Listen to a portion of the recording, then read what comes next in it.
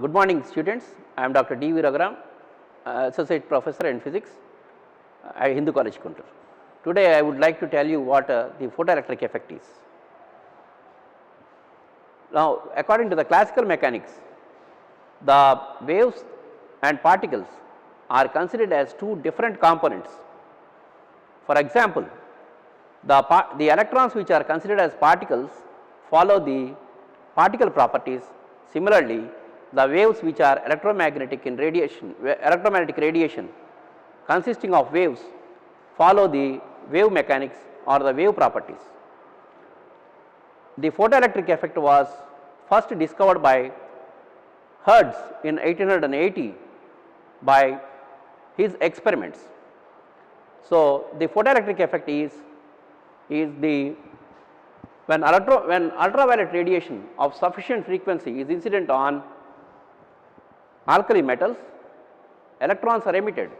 These electrons are called as photoelectrons and the phenomenon is described as photoelectric effect. For the first time in 1905, Einstein gave an explanation over this photoelectric effect basing on the principle of Planck's quantum theory. So, this 1905 he had published 3 papers, one on relativity, the other on the Brownian motion and the third one was on the photoelectric effect. So, this year of 1905 is considered as the miraculous year of physics. So, he had explained the photoelectric effect on the basis of Planck's quantum theory. According to Einstein, the matter is quantized. Similarly, the radiation must also be quantized. So, in order to quantize the radiation must consist of particles. These particles are quantized and these particles are called as light quanta, and Gilbert Louis had coined this quanta as a photon. The photon has an energy E is equal to h into nu, where E represents the particle and nu represents the frequency. Hence the photon is a synthesis of both particle as well as wave natures.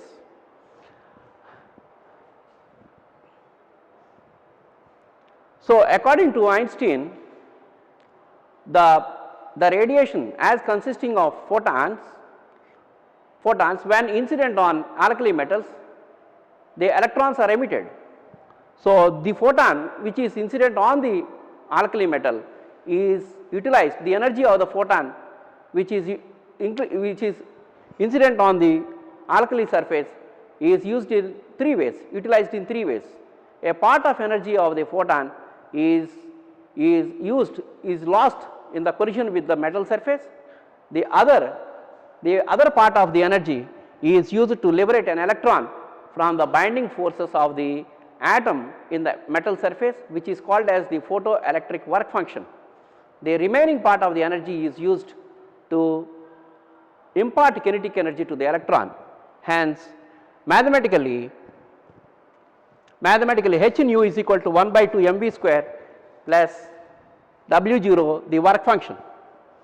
Now, the laws of photoelectric equation are, for a light of any given frequency, the photoelectric current is directly proportional to the intensity of incident radiation, provided the intensity is above the threshold frequency. Now, the experimental arrangement is like this: there is a cathode and there is an anode, and the cathode and anode are connected to a battery through a potential divider through a commutator. An ammeter and a voltmeter are connected to this equipment. Now, when incident radiation of sufficient frequency is incident on the cathode, say an alkali metal, the photoelectrons are emitted. These electrons are collected by the anode. The anode is first given a positive potential. Hence, all the electrons which are emitted from the cathode are absorbed by the anode and the photoelectric current is maximum. So, for a given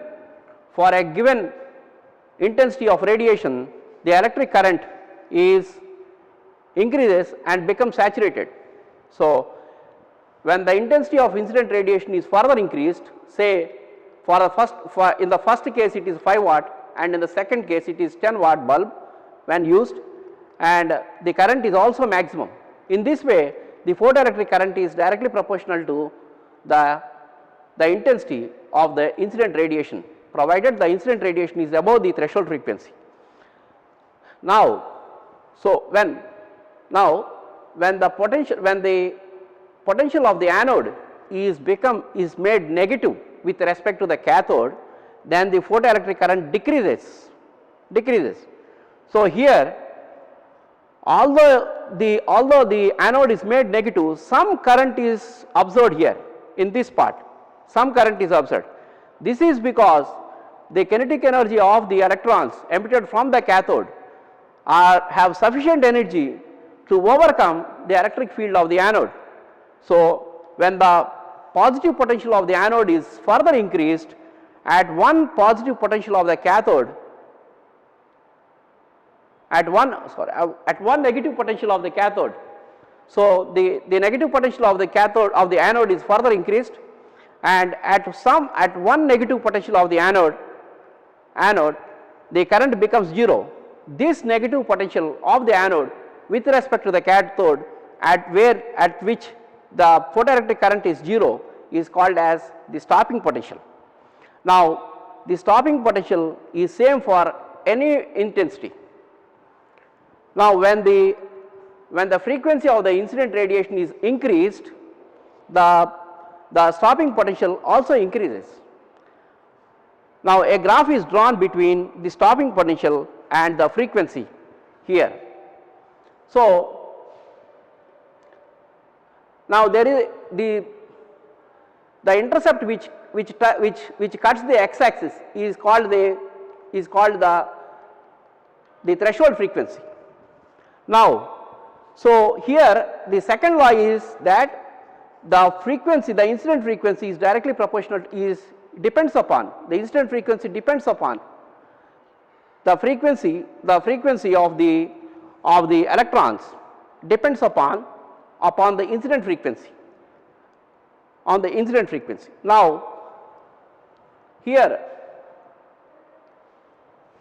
when a graph is drawn between frequency and the kinetic energy, the intercept at x-axis is called as the threshold frequency.